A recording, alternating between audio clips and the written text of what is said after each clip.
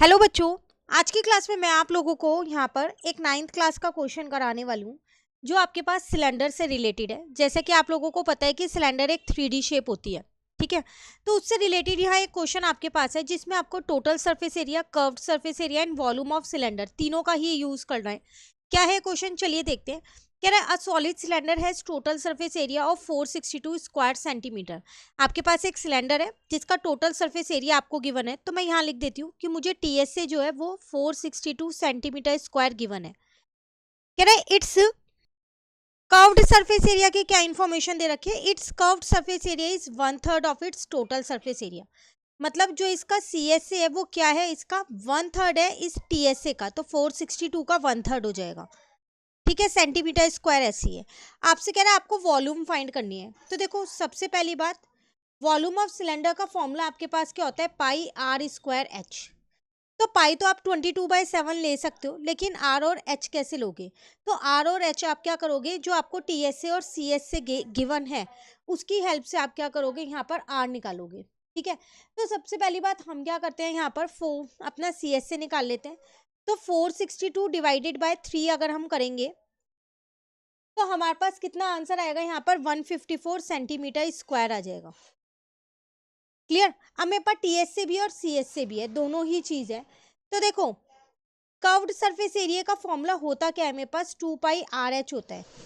तो 154 is equals to में 2 pi R H, ये मैं लिख सकती हूँ, ठीक है।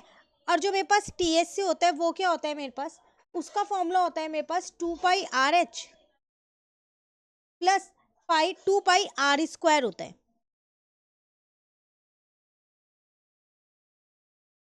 ठीक है ना। टीएस से मुझे क्वेश्चन में 462 गिवन था, इस पूरे की जगह मैं क्या कर सकती हूँ 154 लिख सकती हूँ प्लस 2 पाई आर स्क्वायर, ऐसे ही है। यहां तक क्लियर हो गया। अब आप क्या करोगे, 462 के पास ले जाओगे 154 को, और यहाँ पर आपके पास 2 पाई आर स्क्वायर ऐसे ही रहेगा। क्लियर।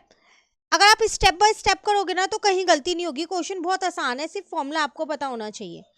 अब मैंने जब इसे माइनस किया तो मेरा 308 आ रहा है, और यहाँ पर आ जाएगा 2 पाई आर स्क्वायर। 2 को मैं इस साइड पे ले आई तो ये डिवाइड का हो गया यहाँ पर, और पाई की जगह मैंने 22/7 लिख दिया, और आर स्क्वायर ऐसी है। अब 308 को मैंने क्या किया, यहाँ पर 2 से डिवाइड कर दिया तो 154 आ गया। 7 यहाँ के मल्टीप्लाई का हो गया, 22 यहाँ के डिवाइड का हो गया। क्लियर। अब आप चाहो तो पहले 154 को 22 से कट कर सकते हो, तो 7 आ जाएगा। तो 7 का square is equal to R square. R की वैल्यू यहाँ से मेरे पास 7 आ गई, आर की वैल्यू 7।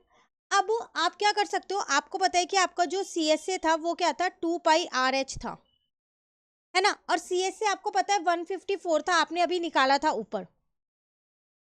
तो 2 ऐसी है, पाई की जगह 22/7 लिख दिया, आर की जगह 7 लिख दिया, यहाँ से जो हमने अभी फाइंड किया है ये कट हो गया।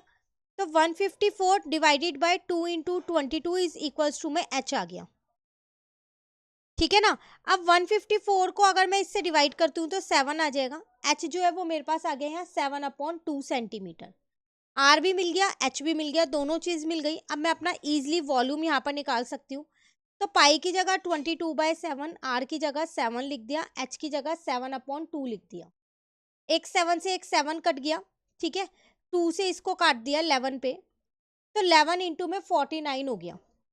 अब 11 को जब आप 49 से इंटू करोगे तो आपके पास आ गया 539 सेंटीमीटर क्यूब, क्योंकि वॉल्यूम में हमेशा क्यूब लगता है, ये ध्यान रखना। तो ये आ गई आपकी वॉल्यूम। क्लियर। तो ये आपके पास क्वेश्चन था, एनसीईआरटी एग्जाम्पलर का क्वेश्चन है, इंपॉर्टेंट क्वेश्चन है, कई बार 2 या 3 नंबर में आ जाता है। तो आप स्टेप बाय स्टेप करना, फिर भी कहीं दिक्कत लगे आप कमेंट करके पूछ सकते हैं। Thank you.